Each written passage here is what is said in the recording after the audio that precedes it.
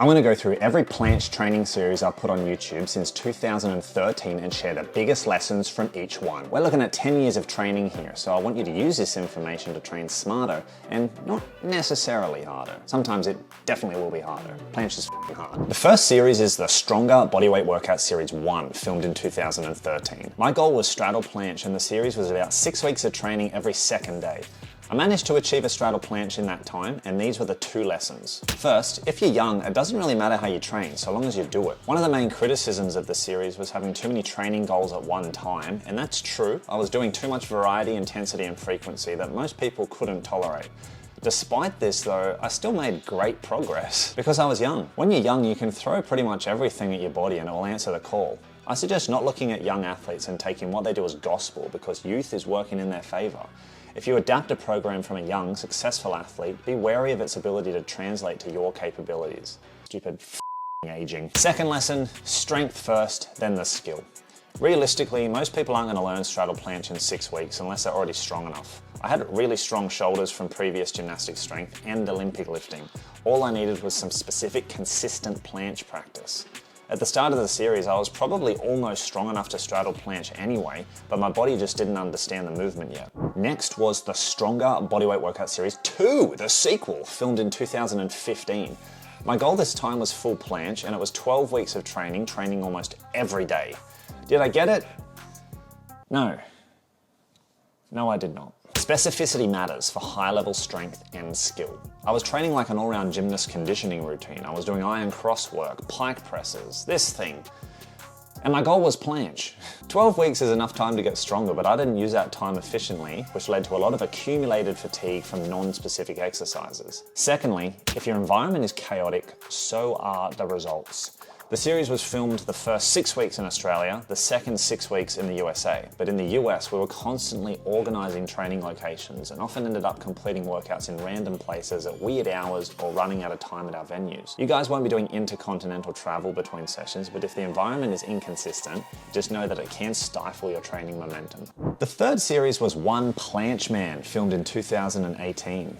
This series, my goal was to get back my straddle planche, and it was a bare bones approach with only bodyweight exercises. No gyms, no weights.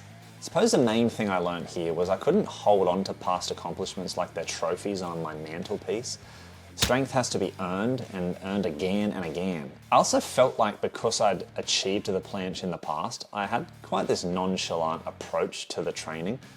Which you can see in the production as well. I was hanging out with my friend each time, which is great for training, but also using it as a hangout session. And I think that resulted in less intensity, possibly less consistency, and overall just sabotaging a difficult strength skill that needs those things to be achieved. The fourth series was the Rebuild training series in 2020. So Rebuild was because I'd ran my first ever marathon and I lost a bunch of strength and muscle mass, hence the Rebuild. It was 12 weeks of training with the goal to get back straddle planche again, and I did that, which was awesome. I think largely what I learned from this series is the importance of muscle memory. I was able to put on my size, I was able to build back strength, largely because I'd done it before.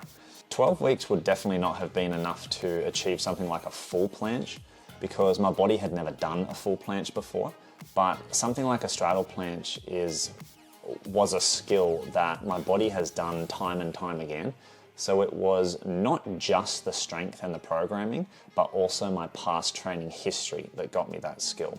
I took that success and thought if I just ramp up the progressive overload, I'll get full planche. Enter Planche or Riot. It was an 18-week program where every 6 weeks I upped the position. I started with straddle, then I moved to half lay for 6 weeks, and then I was aiming to move to full planche for the final 6 weeks. I started having pain in my shoulder.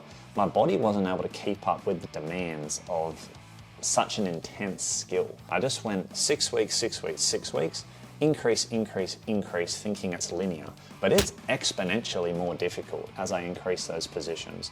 Led to an overuse injury in my shoulder that put me out for months and months. I look at some of the full planche attempts from my previous series, the most recent one a year or two ago, and I'm embarrassed. Now I'm proud of how my planche looks. The emphasis on technique rather than just brute strength, the guidance, the load management, and the adherence to perfect technique have all carried me into strength gains I've not ever had before. And you guys can keep following this planche journey on my channel here at The Planche.